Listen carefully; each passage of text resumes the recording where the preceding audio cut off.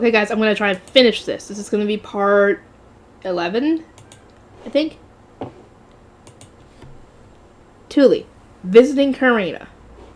I'm back, Tuli. Karina says she definitely doesn't mind everyone coming together. She'll be waiting tomorrow afternoon. Mine came bursting through the front door, her heavy breathing a likely sign that she had rushed all the way home. After giving her announcement with a smile, she collapsed onto the floor in exhaustion. I wanted to tell you so as soon as I could, but maybe I walked a little too fast. We don't want you too sick to go tomorrow. Sit and rest for a bit. Mine sat on a chair, leaning heavily against the table. Her silky blue hair fell onto it. I sighed in relief as I looked at her. She'll be fine. Mine had thrown herself at all sorts of challenges and built up strength bit by bit over the last year or so. But she still wasn't strong, and she was still small. She looked like a 4 to 5-year-old at best, no matter how much time passed, and that worried me a little. Liz was the same age as her, but she looked like his little sister. The other day, a kid 2 years younger than her had to help her with something, which made her depressed for the rest of the day. Ooh, that's sad. Mine wasn't weak due to the devouring, it seemed, because she was still weak even with her devouring cured. Liz mentioned recently that she wasn't at all like Frida, who became entirely healthy after her devouring was cured. Not cured. Treated. Mine was entering the temple as a blue shrine maiden apprentice. That meant she wouldn't die from her devouring, and she wouldn't be thrown into an orphanage as a gray shrine maiden. For a long time, I had been scared of Mine leaving me, but now I didn't have to worry anymore, and that made me really happy. Today, Mine went to Benno's store to discuss how to deal with the high priest and keep her workshop. While she was at it, she said she would talk to Karina about when we could meet. I couldn't go last time since she only invited Mine, but this time Mine would ask if I could go with her. I can't wait. I'm going to brag to everyone at my workshop that I went to Karina's place. Karina had owned her own workshop since reaching adulthood, and she even made clothes specially ordered by nobles. To an apprentice seamstress like me, she was living the dream, a hero further out of my reach than the blue sky itself. I looked up to her and wanted to be like her one day if I could. Stories of her being passionately courted by a wonderful husband were told among apprentice seamstresses, like minstrel tales. He abandoned his life as a merchant for her and threw away his life savings to prove his love for her. It was a girl's dream to be as loved and cared for as Karina was. I wonder what kind of person Karina is. Mine said she's really nice. I hope that's true. I mean, I wouldn't think Mine would lie. I think I'm better now. Mine stood up while rubbing her forehead and unsteadily got to work. She delicately wrapped her folded baptism outfit and hairpin to keep them clean, and put them in her favorite bag, along with a thin needle. It hit me that she was preparing for tomorrow. Mine, what about me? Should I be doing anything? Not really. I guess we should clean our hair before we go. Mine and I cleaned our hair using the wrench I made. I never washed myself that much in the past, but lately I feel like I needed to keep myself as clean and neat as possible. Even at the workshop, it was always the clean people who got to guide visitors and talk to them. Mine, today I got to guide a visitor for the first time. Wow, really? That's great, Tuli. At some point, I complained to Mine that only clean and tidy people got jobs that involved customers, and she replied that the first impression given to customers was very important to a business. Any merchant will be very careful about it. She said being dirty was fine for those working in the back, but if I wanted to deal with customers, I would have to keep myself clean and be careful about how I looked, so I could give good first impressions. She also said I could put on nice work clothes that were presentable to customers, then put a long-sleeve apron over them to keep them clean. By taking it off before guiding customers, I could be clean at any time. I listened to Mine's advice, and now the forewoman was giving me jobs that involved dealing with customers. I said it was thanks to Mine, but she just smiled and said it was thanks to me listening to her advice. We were talking about how our days had been and cleaning our hair when Mom came home. Her eyes widened a bit after she saw what we were doing. Oh my, you're using Rinsham? Does that mean... We're going to Karina's tomorrow, said Mine, which led to Mom pushing cooking duty onto us so she could vigorously clean her hair with a determined look in her eyes. Mom and I shrugged and went to cook, fully understanding why... Mine and I shrugged and went to cook, fully understanding why Mom wanted to be as clean as possible before meeting Karina. I'm gonna go in my new summer clothes that Mom just finished making. That's a good idea. They look super comfy and cute. The cloth we ended up not using on Mine's baptism outfit got used on my summer clothes instead. Unlike Mine, I was growing a lot each year, and it didn't take long for old clothes to not fit me. There wasn't enough cloth to make an entire new outfit for me, so we just sewed different kinds of cloth to my skirt to make it longer. Mine said it just looked like patchwork, but to me, it was cute. I liked it. I wonder if Karina will think it's cute, too. Not sure. She might be polite. We left early the next day so we could be on time walking at Mine's pace. We passed through the central plaza and headed to the north side of the city where the people walking around had much fancier and more elaborate clothes. It was rare for me to go to the north part of the city, so I looked down at my clothes worrying that I was standing out. Mom looked like she was getting self-conscious too. Only Mine was as full of energy as ever without a care in the world. That didn't stop her from walking slow, though. Karina lives, like, right above Veno's store, said Mine, which made it all click into place. Mine had only ever told me about what she was doing, so it never really felt real to me, so she was actually going to the north of town on a regular basis. No way would she get nervous after spending all that time here. What do you think I should say first? Just say hello, right? And then thank her for inviting you, I guess. You should save anything you have to say about me for Benno and Mark, since I don't talk to Karina much at all.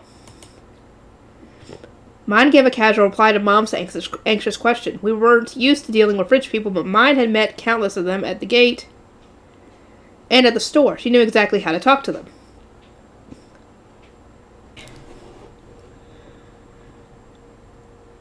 About me, Mine? What should I say? You could just give her a cute smile, Thule. There's not a person in the world who wouldn't get happy if you smiled at them and said you were looking forward to seeing them. Mom and I practiced what we would say as we walked. Compared to us, Mine and her Gilberta Company outfit blended in with the rich people part of town perfectly. It was like I was seeing a side to Mine that I knew nothing about. It made me feel kind of frustrated and kind of panicky. Hello, Mrs. Karina.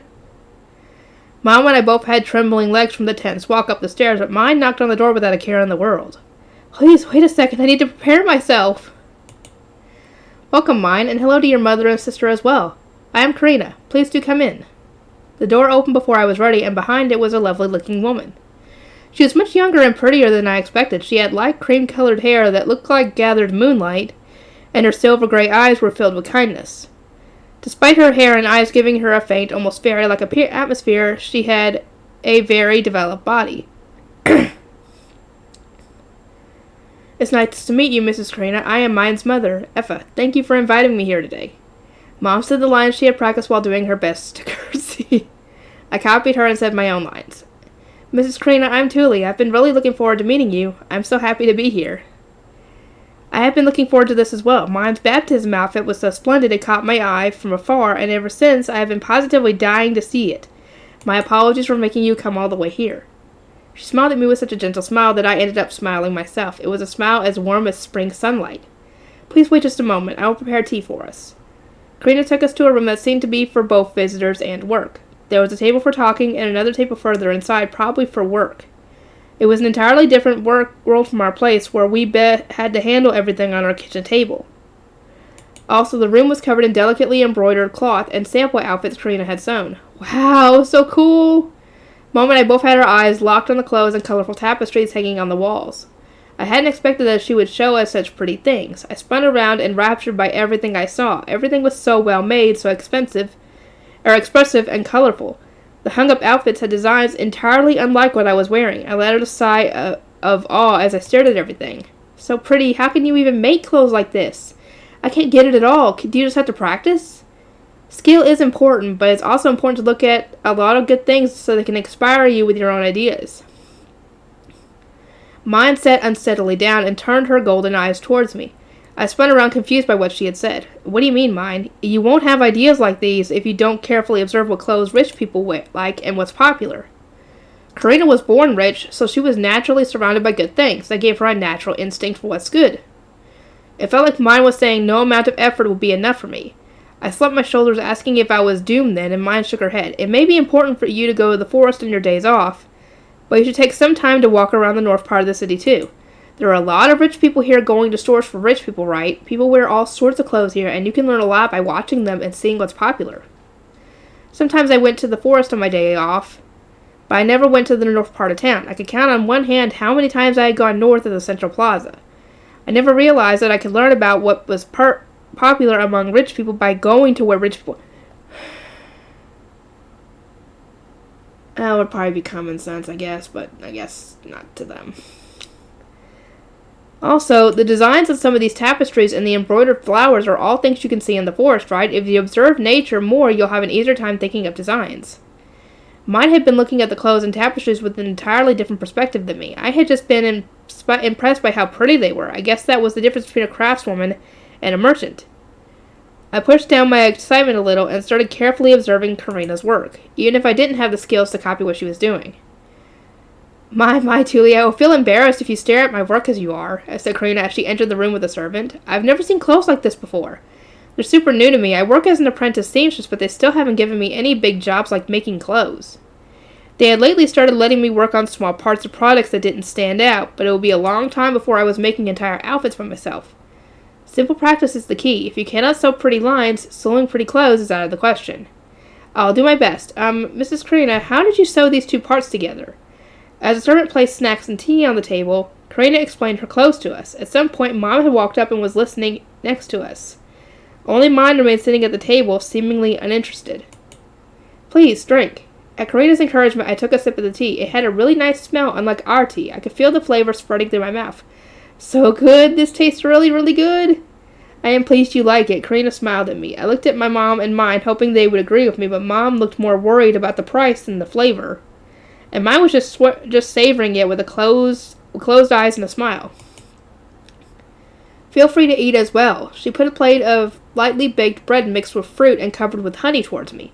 I took a cut piece and put it in my mouth. This tastes good too, but the sweets mine makes taste better. Mine had taught Frida a sweets recipe and in return got a bag of sugar.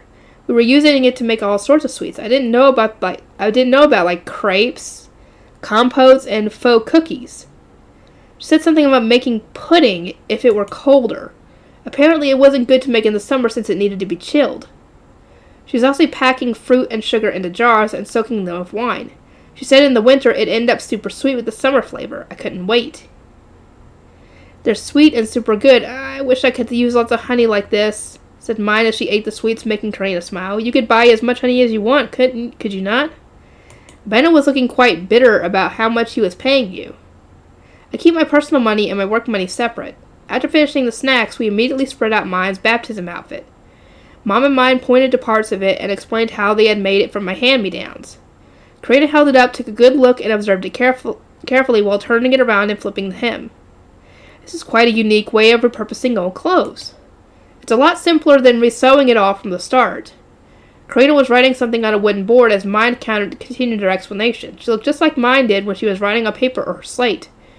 For some reason, it hit me that I should learn to write and write too. That would probably make me more cool somehow. This is the hairpin. I see. I cannot say I have ever seen an ornament like this before, murmured Karina as she picked up mine's hair ornament. The small white flowers hanging from it shook in the air. I made the large white ones on it. I see. They're very pretty, Tuli. Karina's compliment made me break out into a goofy smile. Her own white fingers traced the flowers. I would like to take orders for these hairpins and make them in my own workshop. Would that be acceptable, I wonder? Asked Karina with a warm smile. I hadn't expected that she would like the hairpin enough to start making them in her own workshop. I was so moved it felt like I had been hit by a wave of emotions. I beamed a smile and started to say, of course you can, but mine shook her head before I could. That depends on your payment. Wait, mine? I couldn't believe that mine would charge Karina for making the hairpins, but she just held up her hands to calm me down. We make these hairpins for our winter handiwork, and they're an important source of income for us. We can't just let other people make them willy-nilly. If you really want to make them, Karina, you'll need to buy the rights to them and pay us the money we would lose from your competition. Mine's explanation cooled me down. She was right. Hairpins were a very important source of income for us. With thoughts of how much money I earned over the winter, I lost the motivation to stop mine. In that case, I will summon Benno. Karina rang a bell to call for the servant, who then she sent to get Benno. It wasn't long before we heard footsteps coming up the stairs. What's up, Karina? Did something... mine's family. It's nice to meet you. I'm Benno, Karina's older brother. So this is Benno, the merchant mine's been working with. He had light hair the color of milky tea, a gentle-looking appearance, and dark red eyes. His smile really resembled Karina's. I get the impression he was a bright, nice person. Oh, you poor, sweet, naive little Tuli. Oh, you have not seen anything.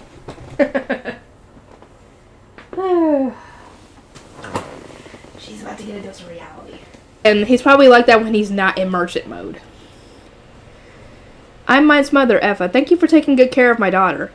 I'm Tilly. Nice to meet you. I hurriedly introduced myself after Mom did so herself. Benno nodded at us with a smile, then looked at Mine with a raised eyebrow. What is it this time, Mine? Mrs. Karina wants to buy the rights to make and sell this kind of hairpin. How much will you buy it for, Mr. Benno? Benno spat out, a business discussion now? And Mine nodded, saying yes, a business discussion. Immediately, Benno's gentle expression turned into the hard expression of a merchant. His eyes narrowed and he got kind of scary. I told you! He roughly pulled back a chair and sat down, glaring at Mine and holding up a few fingers. How about this? That wouldn't be worth it at all. I would get more money selling it to Frida. Ooh! Girl, what are you saying that for? Benno was so angry I got shivers looking at him from the side, but Mine just laughed him off. Despite him being in full merchant mode, Mine wasn't scared at all. She was negotiating with him on equal terms and having fun doing it. Come on, wasn't Let's going to sell the stuff you make anyway? That's for products I make in the Mine workshop. It doesn't include recipes and other forms of intellectual property. You little... Benno gave a furious yell so intense Mom and I jerked, but Mine just tilted her head with a smile. Speaking of which, Mr. Benno, Frida said that if I had any other unique products not found anywhere else, she would start negotiations with several large gold. It looks like you've been really ripping me off until now. Wow, you got called out, Benno. I had heard about Mine doing this kind of thing, but this was the first time I was seeing her actually working as a merchant. Seeing was believing, and I honestly felt immense respect for how Mine could negotiate with adults this scary. At home, she always just laid around and got fevers after doing anything, making her dead weight when it came to chores. For the first time, I was seeing her being so successful at something that was honestly shocking to me. She said she gave up on being an apprentice merchant because she was too weak for it, but maybe she actually really wanted to become one? It feels like she would be a great merchant. Tuli, Effa, it seems like this discussion might take some time. Follow me if you would. Karina stood up and headed to the table further into the room. Mom and I looked at each other, then stood up to follow her. I was worried about Mine, but their discussion was so intense I didn't see either of them finding an opportunity to get involved. Benno always stretches out business discussions when he's having fun. Still, I have to say that Mine is quite impressive. Not many can handle business discussions with my brother like that, murmured Karina as she looked at the two of them, dazzled. For the first time, I realized how amazing Mine really is. I'm Mine's older sister, but I didn't know about this side of her at all. We can leave the business talk to them while we return to our sewing. We were just discussing the shape of the skirt, yes? On one table, business talks reigned, while on our table, we discussed sewing while drinking tea. Karina told me about clothes and ornaments popular among the nobility. There were many different forms of sewing, and hearing their names wasn't enough for me to imagine what kind of skirt they would make. When talking with Karina, I heard word after word that never came up when I talked with the other apprentices in my workshop. When I asked what she was talking about, Karina would smile and kindly teach me. That made me happy, but it also made me feel kind of pathetic. 1 year had passed since I began my apprentice work, but there was still so much to do. Girl, you have a lifetime to learn all this stuff. You are always learning when it comes to any kind of trade. You're always learning. There's always going to be new innovations, new technology, new techniques. You're always going to be learning, so don't feel bad about not learning a whole lot. Just talking with Karina made me painfully aware of how much I had left to learn about sewing. If I didn't study and practice more, I would probably never be trusted to make clothes for customers. This is a style of dress that just recently became popular, said Karina, as she showed me a commissioned dress she was in the middle of making. It was apparently a kind of dress nobles wore during tea parties. I couldn't help but sigh in awe at the quality of the fabric, the thin thread, and the detailed embroidery. Oh, so cute. It looks amazing, but I really can't believe they have different dresses for different things. It just seems like a waste to me. It seems so, doesn't it? But we have different clothes for when we sleep, when we go out, and when we work, yes? The more money one has, the more narrow categories they can develop for their clothing. Suddenly, our discussion was interrupted by the sound of chairs screeching backward from the other table. We looked over in shock and saw Benno and Mine standing up and looking at each other a short distance away from the table. You're not as innocent as you used to be. This is all thanks to you teaching me, Benno. She sure got too smart for your own good. Isn't it standard practice for merchants to gather information from various sources to improve the accuracy of what they know? The two of them shook hands with meaningful smiles. I could basically see a dark aura radiating from both of them. I definitely wouldn't be a good merchant, I thought, taken aback by the intensity of their back and forth. Mine saw me watching them with wide eyes and came walking over. Mom, you can teach Karina how to make the hairpins. Now my throat's all dry. Karina prepared a cup of tea for mine, and she thanked her as she took it. Impressive work. How much did you settle for in the end? That will impact how much we charge for them. Mine glanced at Mom and me and then held up some fingers. The agreement ended up being that your workshop has the exclusive rights to make and sell them throughout the year. Considered me quite impressed that you squeezed this much money out of Benno. Karina looked at Mine's fingers with awe and a quiet gasp. She must have been giving some kind of sign that merchants use to state prices. It was kind of frustrating to me since I didn't know what they meant. Hey, Mine, how much does that mean? I asked Mine, curious as to how much the right to the hairpins was worth. Mine looked at me really awkwardly, then at Mom, and then finally at Karina while letting out a tiny groan. It was obvious she didn't want to say it. Is it something you can't say? It's the fair market price, so it's not a secret, but I don't really want to say it. I begged Mine over and over to tell me, and eventually, with a clearly reluctant expression, she let out a quiet murmur. 1 large gold and 6 small golds. What? Hold on, did you just say golds? I thought it would be worth a large silver at best, so the immensely larger price she stated made me feel like I had been hit in the head by something. Mom was looking at mine just as shocked as I was. It sounds like a lot of money, but really it really is the market price for the exclusive product rights. I'm not Benno. I don't rip people off. Also, this is money from my workshop. It's not my own personal money. Mine waved her hands and desperately tried to make excuses, but I really didn't understand how she could be so confidently negotiate with amounts of money that large. I mean, that's a large gold. She said it's not her personal money, but just how much does Mine have saved up? Maybe Mine really should have become a merchant, not a shrine maiden. She wouldn't survive if she was like that, though. Unless she was able to make connections with nobles, but still. The visit to Karina's house ended with me overwhelmed by many things. My own ignorance, the death of sewing had, and how incredible my little sister was. Oh, yeah. Lace, confectionery, right? I think we got at least 3 more stories, I think. Oh, wait, no, 6. I'm sorry, there's supposed to be 6 in total. I think including the epilogue. Or maybe not including the epilogue, but we're only on number 2. Good lord. Lace, I will be returning with mine, so please prepare the pound cakes for us. I'll get all the recipes ready. I gave Frida a short answer and went right to my cooking tools. My choice to become a chef was the natural result of my parents running a restaurant. When I was young, they did their best with a little stand, but it wasn't long before they opened up a small restaurant by the East Gate. I grew up watching them cook. Thanks to them, I could cook before becoming an apprentice, and I had enough math skills to handle sales, which was rare for kids who hadn't been baptized. After my baptism, I started working at a restaurant owned by a family friend and absorbed recipe after recipe.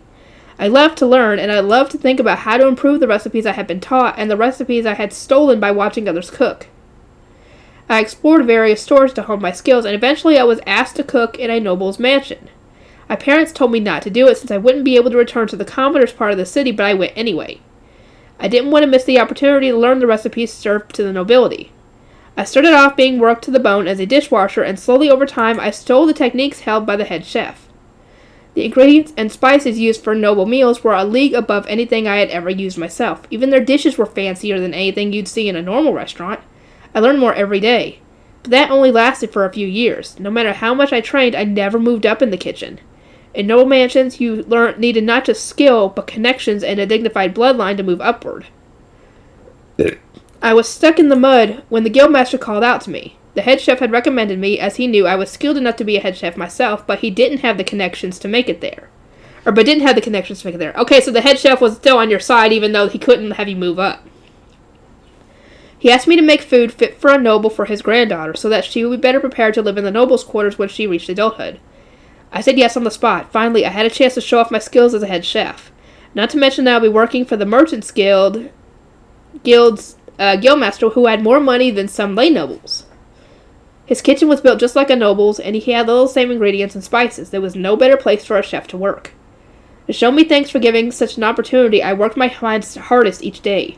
Every day was enormously fun and rewarding. I built up total confidence in my skills. I was confident that nobody would be able to beat the recipes I had built up. Until mine appeared, that is. I couldn't believe it. Sugar was a newly developed sweetener that the guildmaster had just recently managed to purchase from the sovereignty. Nobody in the world that I knew of had managed to accomplish much with it. I tried experimenting with it in various ways without much success, and yet mine made something great with sugar like it was the most natural thing in the world. I had to do all the baking myself since she lacked the strength to do so herself, but her instructions made it clear that she knew the recipe by heart. The pound cake she had me make was fluffy, moist, had a refined sweetness, and broke apart in your mouth. It was unlike anything I had seen or made before. Not even the noble's kitchen had made anything like it.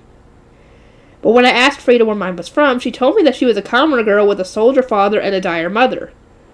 Her family would be too poor to partake in extravagant sweets. At most, she would be able to eat the fruit and honey she gathered in the forest.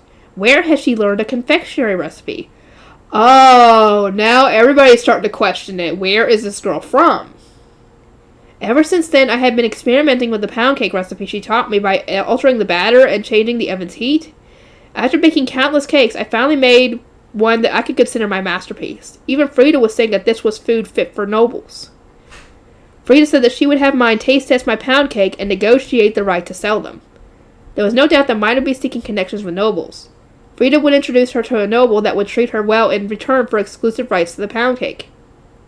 But, contrary to her expectations, despite the approaching summer, mine never visited a single time. When Frida panicked and forcibly dragged mine home, she didn't look worried at all about the time limit on her life. When mine ate the pound cake I had worked tirelessly to improve, she just shared ideas to improve it further in return for sugar. She said the flavor would change by putting stuff into the batter before baking, and that creams and fruits would make the cake look more fancy. As I made a pound cake with ground, whatever peels in it, I squeezed the bowl. Mine had known how to improve the pound cake off the top of her head. She definitely knew more recipes. I wanted them. I wanted her new recipes. I wanted to look every recipe mine had.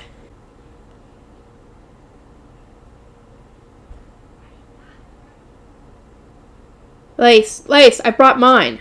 Just as I was lining up plates with small slices of my cakes on the table in the corner of the kitchen, Frida came bursting through the door with a broad smile on her face.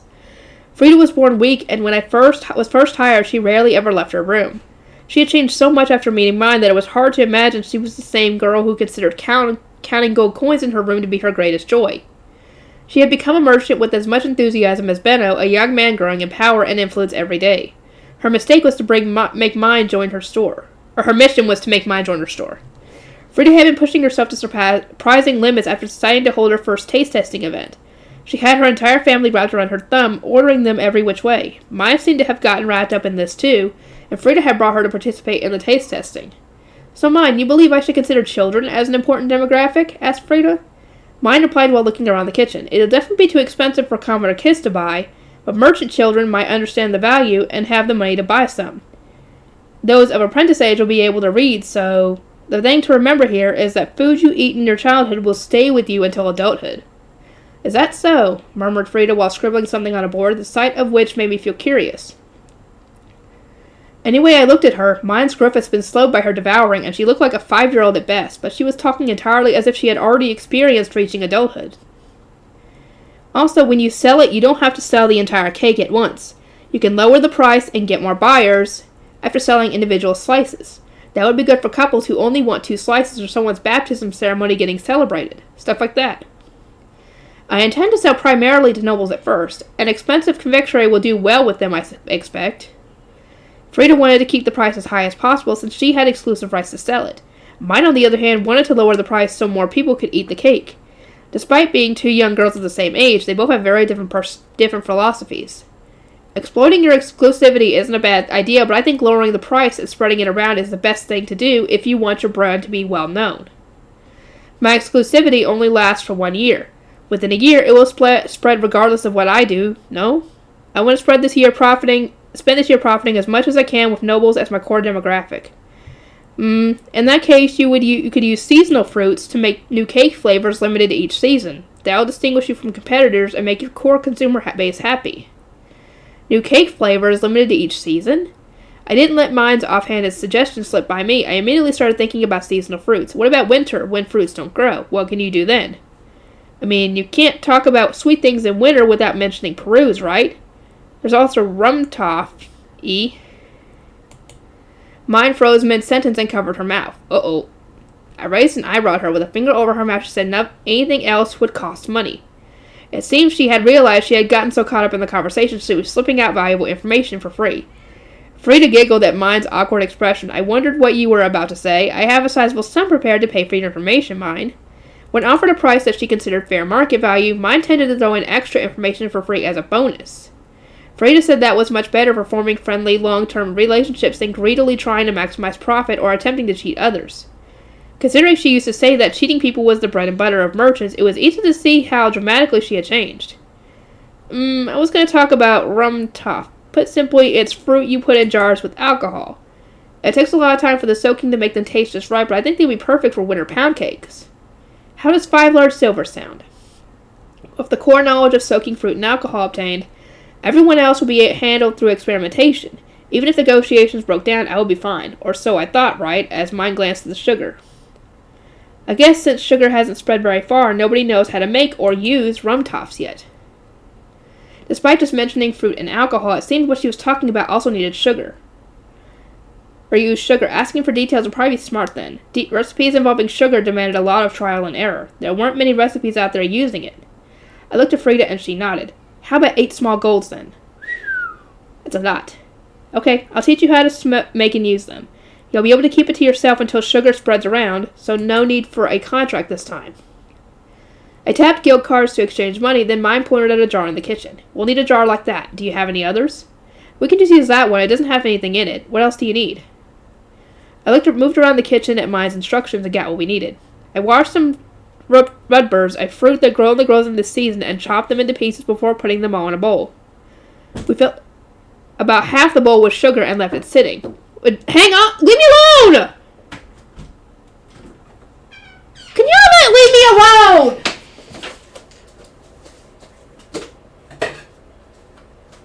Seriously.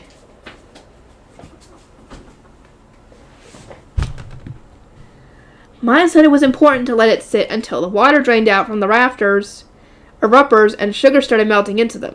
Do you know how much sugar costs? You sure we should use this much at once? It's for preservation. The fruit will go bad if you don't put enough sugar in it. Also, the fruit will rot if you don't put super strong alcohol in it, like distilled alcohol. I got the feeling that mine's sense of money had been damaged by how much she was making from selling recipes and product rights. Sugar was worth its weight in silver. If she was using this much on a single batch of sweets? Once the water is drawn out of the rubbers, put them in the jar and add the alcohol. You'll have to make sure all of the fruits under the liquid or the parts sticking out will grow mold. Also, you should add a different kind of fruit after about 10 days.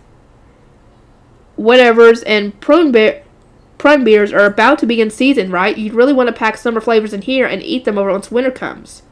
Oh, right. Fruits like apples or whatever aren't too good for this, I think. Frida wrote down all the warnings she was giving us. I carved them into my memory while stirring the bowl. I could tell liquid was getting slowly drawn out. You're making these too?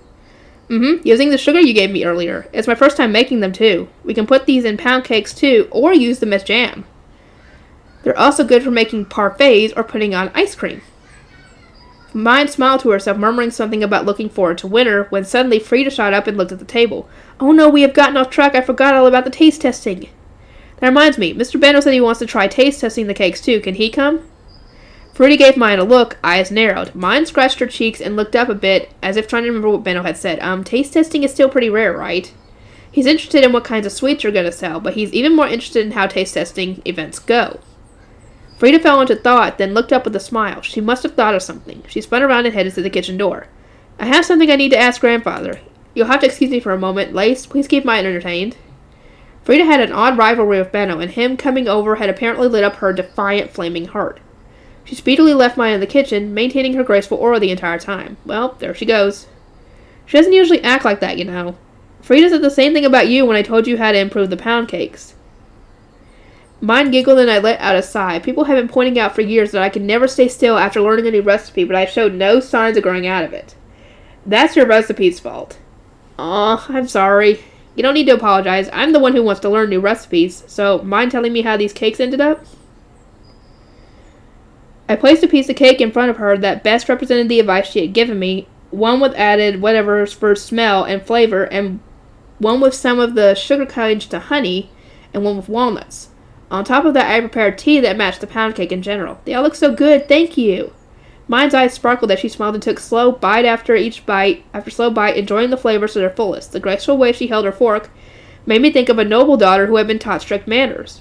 At the very least, she didn't look at all like a poor commoner, considering how they tended to